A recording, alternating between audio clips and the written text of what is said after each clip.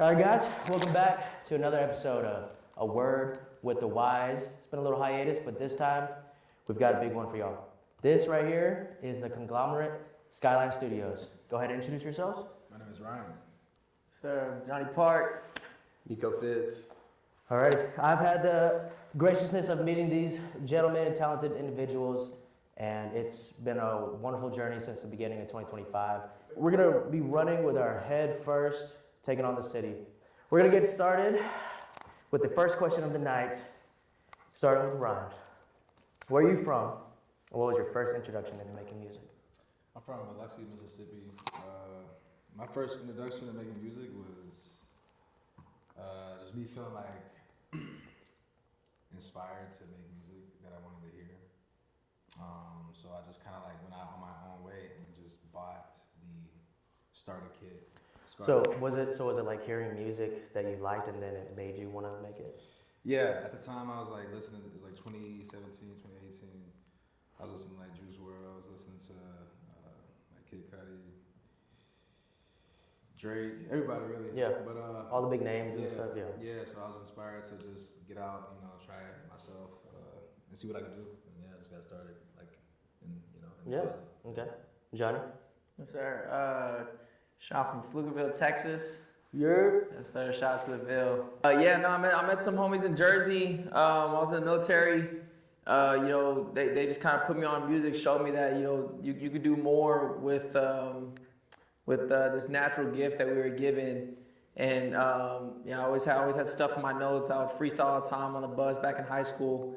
But yeah, they kind of showed me that like, hey, yeah, you can actually record the stuff and actually put it on beats and get it mixed and mastered and actually turn this into a piece of art rather than just something that you keep to yourself. But yeah, shout out to them for really putting me on in the beginning. Yeah, Niko. My father's a pastor, so I grew up in the church, and I was just really drawn to instruments and just playing with them as a little kid and hearing the sounds. What instruments? Piano, drums, bass, guitar. And then the more I played them, the better I got, and then I eventually took lessons, and people taught me. And that was probably the greatest part. Yeah, the church will definitely, just bring you to a whole new world of like, the music just takes you on a journey, you know what I mean? Yeah. And I personally wasn't like a church kid and stuff like that. My parents are Buddhists and whatnot. But even so, like the tones in the temple, you know what I mean? Yeah. Like just like brings you serenity because it's like an almost overwhelming feeling. But okay. On to the next question. Mr. RYN XENO, why do you make music? Man, honestly, I make music because I love music. I just love the way it makes me feel. I like the way it makes me express myself. I feel like music is just like it's the clearest way to get across in expression, right? Like a way a human being can feel. No other thing can describe it like music. So yeah, that's why I like making music. Okay. Johnny? Yeah, no, kind of the same, man. For me, music's always been like a good outlet. It's always been a good, way I was able to express myself and taught me a lot about myself and how to, turn my thoughts into words and not keep things like bottled up. I used to be like the little like rager sibling that straight crash out, chase my brother around the house with knives and stuff. And so I'm not like that anymore. I'm a changed man now. I definitely would give it up to music and stuff to allow me a outlet to not bottle up emotions anymore and be able to take that energy and put it somewhere to a more positive light. But yeah.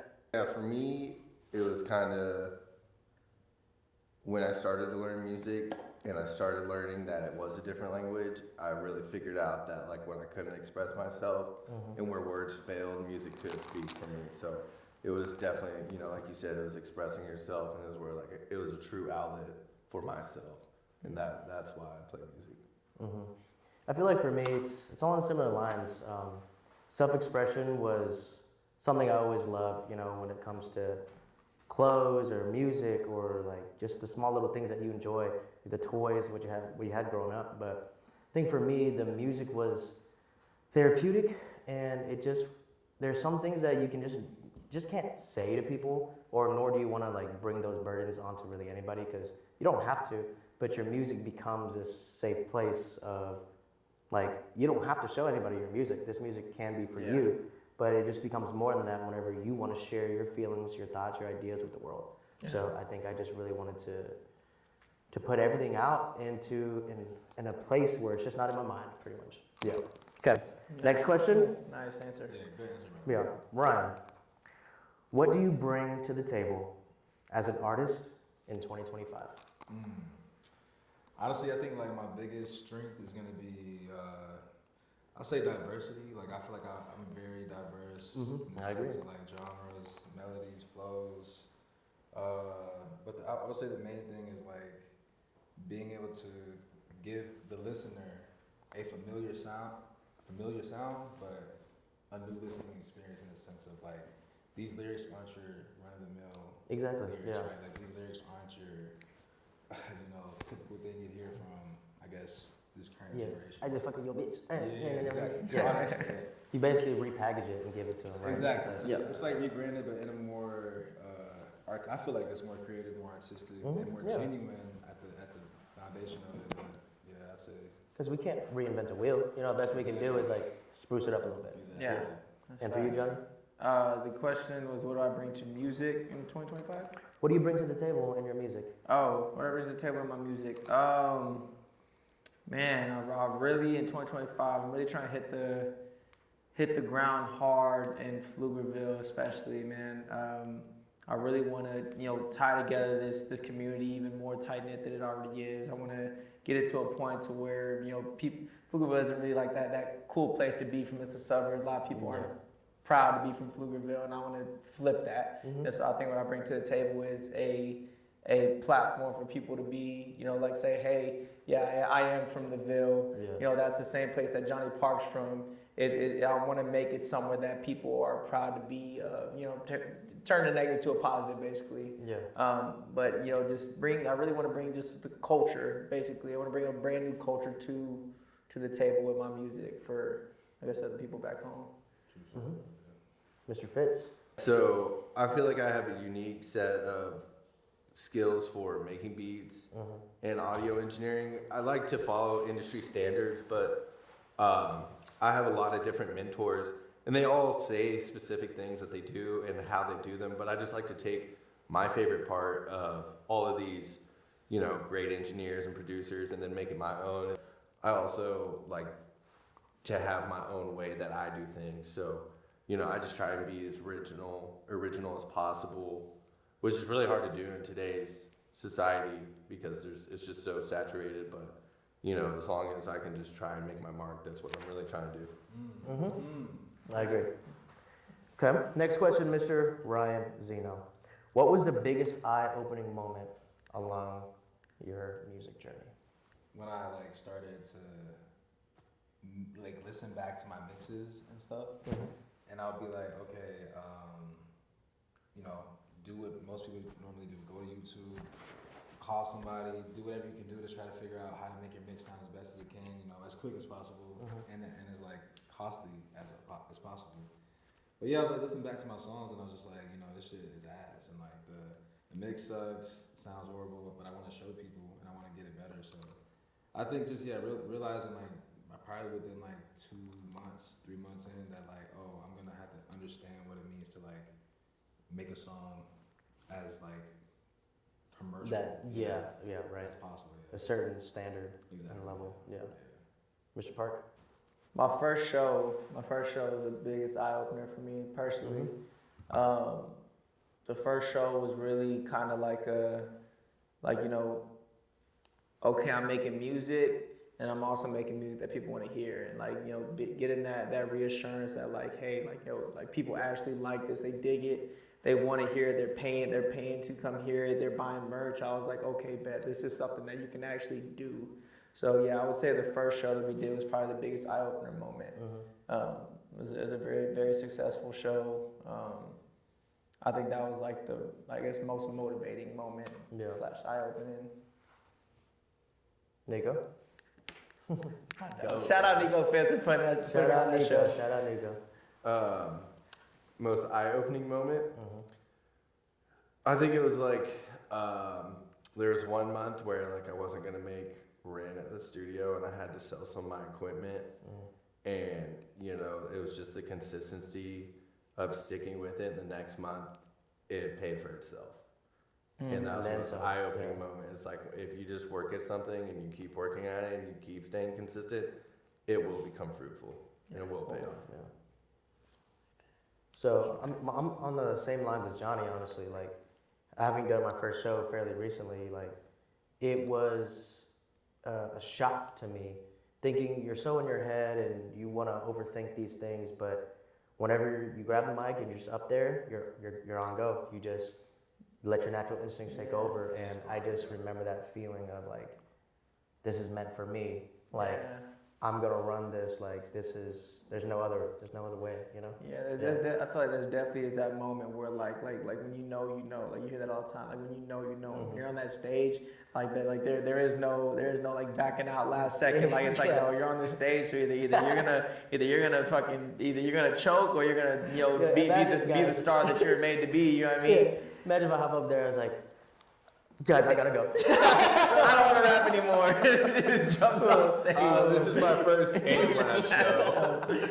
No, yeah, I mean, you get on stage, man, like you see the crowd and stuff. Like, whether it's 3 people or 30 people, you're just like I feel like that instinct kind of kicks in where you're like that, like I said, like that God-given gift that that really we don't know that's in us until you're up there on stage. It's the intangibles, you know what I'm saying? Yeah, exactly. Next question, we'll switch up the order. Niko, you'll be first. What advice do you wish you would have known earlier than you did? Just like through the 12 years and all the mentors and people I've paid to like learn from, I just wish I knew about gain staging. I would say that's the most important thing. If you're gonna record, if you're gonna go out there. For people who don't know what that means, what does that mean? Yeah, if you want to start at the very beginning, you want to gain stage, and what that means is basically going in to your box, right? Like your digital DAW, your digital audio workstation, going into your interface, anything like that. You don't want to be hitting red. I like to just hit the cusp of maybe yellow, maybe orange if you're feeling a little, like XXX, like dirty, like a little distortion on there. But yeah, like usually just everything in the green, and then at the very end, everything, you're gonna have so much headroom, which is like how many decibels you have before you hit the 0 on the master. Like you usually want like -6 decibels of headroom. I would say that's the most important thing, because that's where you really get those good harmonics, those good transients, and those good sonic frequencies. All right. And Johnny? I would say, advice-wise,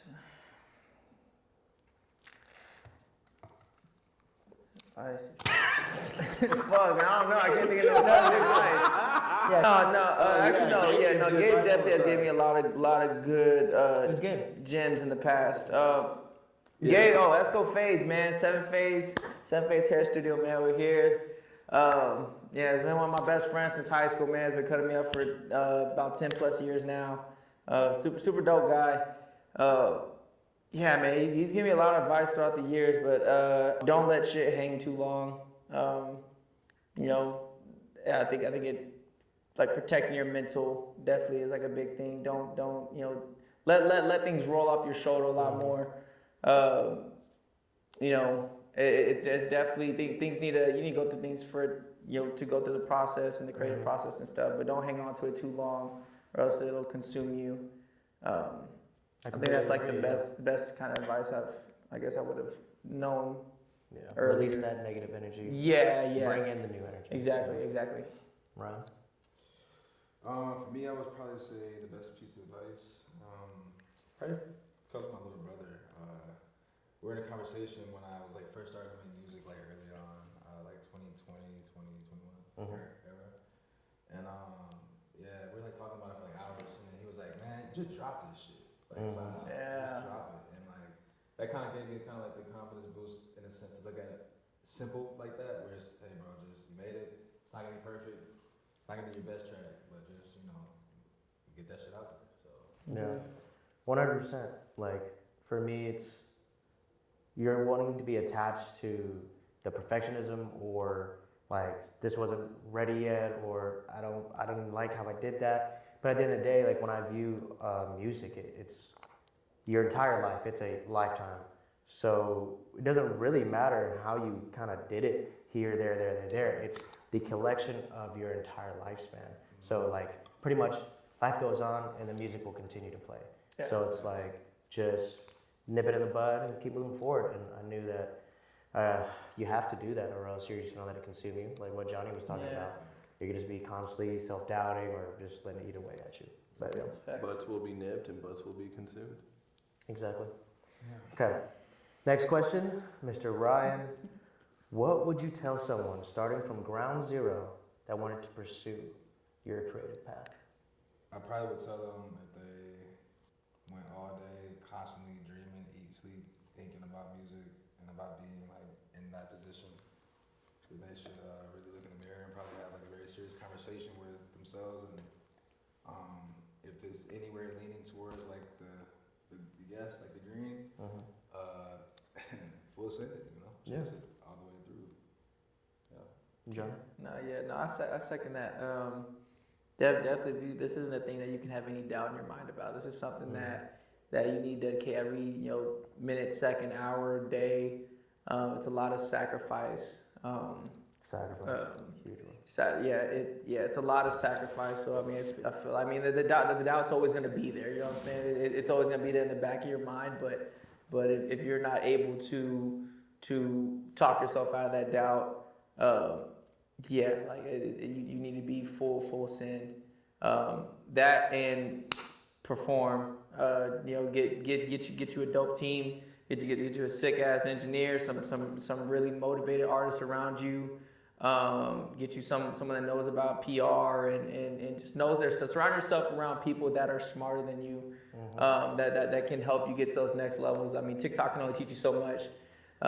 You definitely need the people who have the knowledge and the know-how to get you to that next level, and build with them. I mean, it's worked for me thus far. I got my brother Brian, Ryan, and Niko Fitz. These guys have definitely like shaped me into a way better artist than when I first started making music. And Gabe shaped you. And shout out Esco Fades, man. Definitely get you a good team, perform a lot, build you a community, claim your fan base. Just a few things. That's only one thing of advice, but those three things: claim your community, perform, and get yourself a solid team. Those three things, I think, is what I would tell anybody just getting started in this music thing.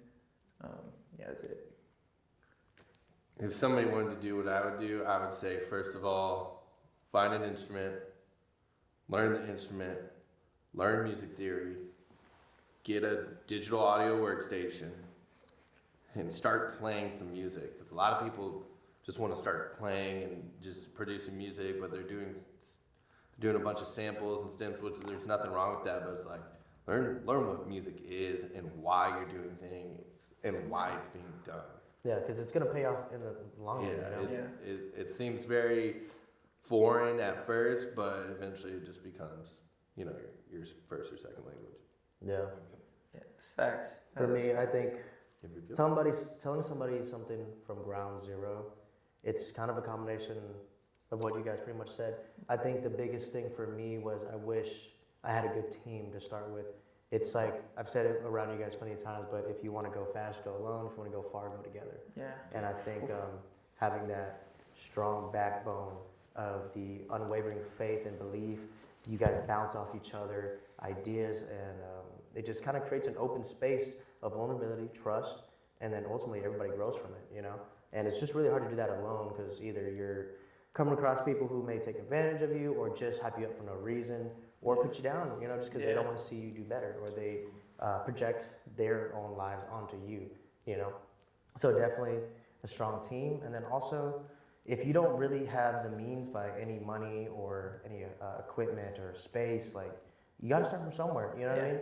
You start on your phone, GarageBand, Apple earbuds. As long as you're able just to continue expressing yourself and keep that consistency, that is the hugest thing any artist, any producer, engineer is consistency. life happens, you get knocked off, you get back up. But I promise you, if you keep on going, your rewards will come back. I promise. Yeah. That was a good ass answer. And that's going to conclude today's episode of A Word with the Wise with the boys from Skylyne Studios. Find us IG, find us all our good stuff. Thank you to Gabe from 7 Fades Studio for letting us shoot here. An amazing barber, friend, human being. Thank you, Gabe. Thanks, Gabe. Esco Fades. Yes, sir. We're going to catch you guys next time. Hey, let's bring out the monster. Yeah. Solid. All right, I gotta go record this game. Perfect.